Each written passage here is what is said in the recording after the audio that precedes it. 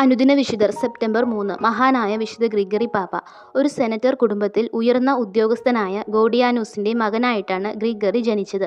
Sylvia പുണ്യവതിയായിരുന്നു അമ്മ. 30-ാം വയസ്സിൽ Gregory തന്റെ വസ്തുവകകളെല്ലാം 7 ആശ്രമങ്ങൾ സ്ഥാപിക്കാനായി വിട്ടുകൊടുത്തു. സ്വഭവനം ഒരു ആശ്രമമായി മാറ്റി. അതാണ് റോമിലുള്ള വിശുദ്ധ ആൻഡ്രൂവിന്റെ ആശ്രമം. അവിടെ വെച്ച് 575-ൽ ഗ്രിഗറി സന്യാസവസ്ത്രം സ്വീകരിച്ചു. ആശ്രമത്തിലെ ഹ്രസ്വമായ ജീവിതമാണ് തന്റെ ജീവിതത്തിലെ എത്രയും സൗഭാഗ്യകരമായ ദിനങ്ങളെന്ന് ഗ്രിഗറി തന്റെ അനന്തരകാലത്ത് പ്രസ്താവിച്ചു. പെലാജിയൂസ് ദ്വിതീയൻ പാപ്പയുടെ മരണാനന്തരം അദ്ദേഹത്തെ മാർപ്പാപ്പയായി തെരഞ്ഞെടുത്തു. 14 വർഷത്തെ അദ്ദേഹത്തിന്റെ ഭരണം വമ്പിച്ച വിജയമായിരുന്നു. ആര്യൻ പാഷണ്ഡികളെ മാനസാന്തരപ്പെടുത്തി. ജോബിന്റെ പുസ്തകത്തിലെ സന്മാർഗ തത്വങ്ങൾ, ആത്മപാലനം, ഡയലോഗ് മുതലായ പല ഗ്രന്ഥങ്ങളുടെയും കർത്താവാണ് ഗ്രിഗറി.